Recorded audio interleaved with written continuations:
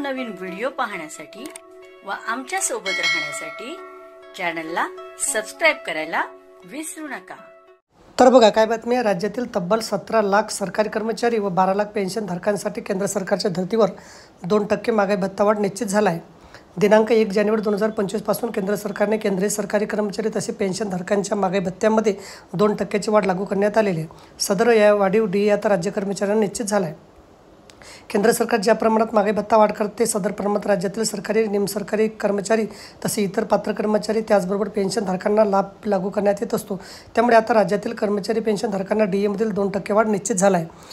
सध्या राज्य कर्मचाऱ्यांना माहे एप्रिल 2024 पासून 53% दराने महागाई भत्ते मिळत आहे, तर आता माहे जानेवारी 2025 पासून 2% वाढीव DA मुळे एकूण महागाई भत्ते दर हे 53% वरून 55% इतके होणार आहे।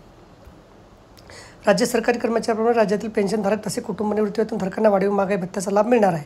तर बघा अशा प्रकारे अत्यंत महत्त्वाची माहिती आपल्याला समजली असेल। व्हिडिओ सुद्धा आवडला असेल लाईक करा, शेअर करायला विसरू नका। धन्यवाद।